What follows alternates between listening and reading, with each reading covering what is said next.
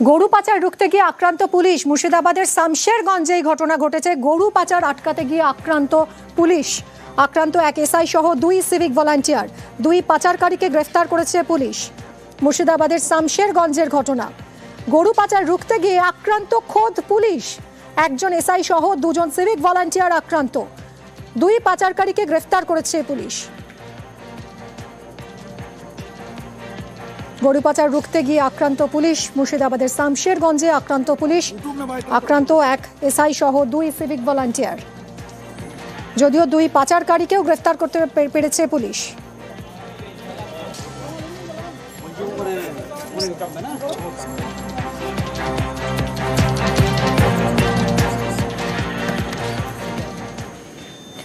স্কুলে ভর্তিতে দুর্নীতির অভিযোগে উত্তেজনা ছড়িয়েছে আসানসোলের একটি স্কুলে। আসানসোলের এজি চার্চ স্কুলে উত্তেজনা ছড়ায় ভর্তিতে দুর্নীতির অভিযোগে। তুমুল উত্তেজনা ছড়ায়। স্কুলের বাইরে তুমুল বিক্ষোভ, হাতাহাতি শুরু হয়ে যায়।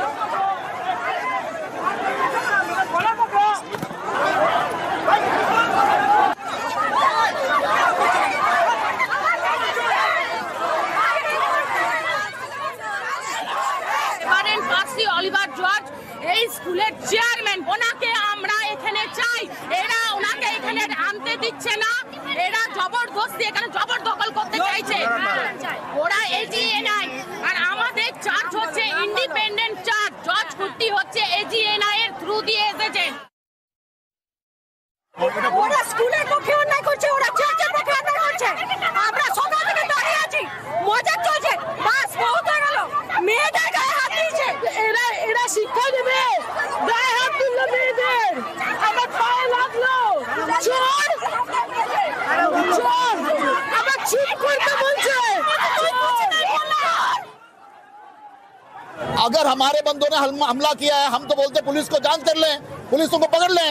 पर हम तो अभी भी आए हैं, हम तो यहाँ पे अधिकारी लोग आए हैं। एजीएनआई के जो हमारे संस्था है, हमारा संस्था जो है उसके अधिकारी लोग आए हैं। ये लोग जो बंदे हैं चर्च के बंदे है ही नहीं। हम तो ये बोलते हैं कि जो निष्पक्ष जांच किया जाए, जो गलत है वो गलत है, और जो जिसने गुनाह किया है जेल में बंद है। अभी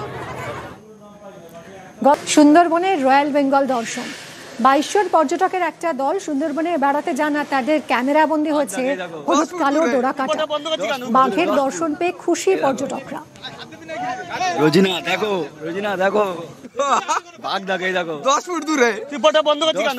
10 ফুট। এই দেখো, এই দেখো সমুদ্র দেখো।